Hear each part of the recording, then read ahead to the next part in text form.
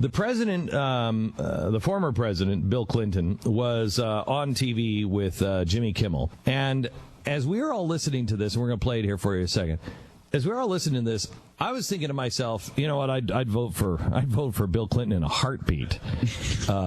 Compared to where we've been, I would vote. I would be a rabbit. I would campaign for Bill Clinton if it was against this guy. But I think you could run him again, and I think a lot of people would vote for him. Yeah, because you forgot how bad he was. And now it's so bad with this administration that you long for the days of Bill Clinton. If you could just have a guy who's wrong. Yeah. You know, not anti-American and so wrong he's destroying us. Right. And he's so, I mean, you know, Clinton is so likable. I mean, he is. He's a likable guy. Just as smooth, and he just does it well. You know, he knows this game really well. And he's a really good liar. We learned that. Really good. As his wife found out, but let's not dwell on that. Right. Here he is on Jimmy Kimmel. Now listen to this. I wouldn't even probably finish the oath. I would run to the White House. I demand to see all the classified files on the UFOs. Because I want to know. I'd want to know what has been going on. Did you do that? Sort of. Sort of. Yeah, we had, I think it was at the beginning of the term, we had the anniversary of Roswell. You waited that long? I did. Wow. Well, I didn't. And then there's also Area 51. You remember there was a great sci-fi movie where there was an alien kept deep under the ground in Area 51? So first I had people go look at the records on Area 51 to make sure there was no alien down there. And people thought that because everybody who works there has to stop about an hour away and put on special clothing and then drive in and out. And that's because a lot of our stealth technology is made there. We know that now. But there are no aliens there. So then when the Roswell thing came up, I knew we'd get, gazillions of letters. So I had all the Roswell papers reviewed, everything. If you saw that there were aliens there, would you tell us? Yeah. You would? I would. But I think, look, what do we know? We know now we live in an ever-expanding universe. We know that there are billions of stars and planets literally out there, and the universe is getting bigger.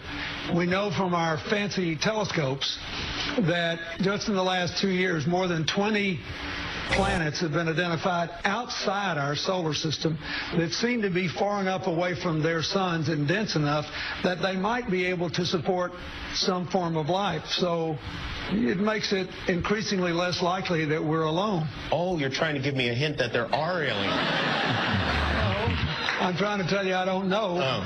But if we were visited someday, I wouldn't be surprised. I just hope that it's not like Independence Day. Yeah, right. That it's a conflict. Well, now we have friendly Maybe the only way to unite this incredibly divided world of ours. So, is it possible that he was on Jimmy Kimmel last night because his wife is running and he's going to release information that there is life and it's headed our way? And so he and his wife will be the only ones we trust, and they will take over the entire world. When you say it like that, yes. Yeah. Oh, if I said it like this.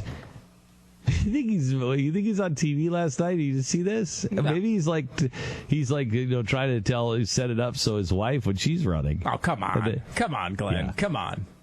And then they take over the entire world. If I heard about all this from a guy with a cell phone up his ass, then I would believe it. Mm-hmm. If this was posted to epictimes.com from a guy with a cell phone up his butt for 3 or 4 days, then I'd buy all of it. All of it. Now, wait a minute. Hold it just a second. In what part of that story of the guy with a cell phone up his butt, which he voluntarily put in there to save everybody on the Malaysian airline? Yeah. Okay.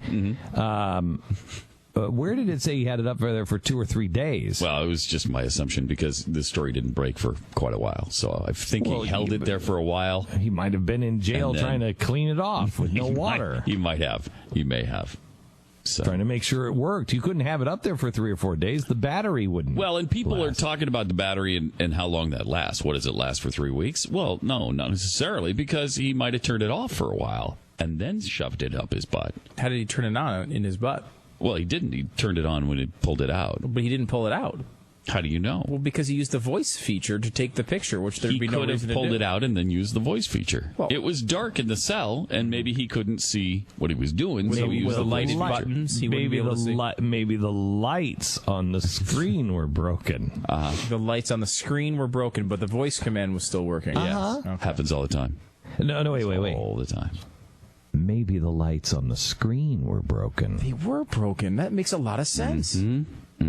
Notice how, by the way, Jimmy Kimmel, typical media, doesn't even have the balls to ask Clinton about the butt phone story. No, that's right. He didn't even mention it. He didn't Typical even media. mention it. Yeah. It's crazy. Shocking.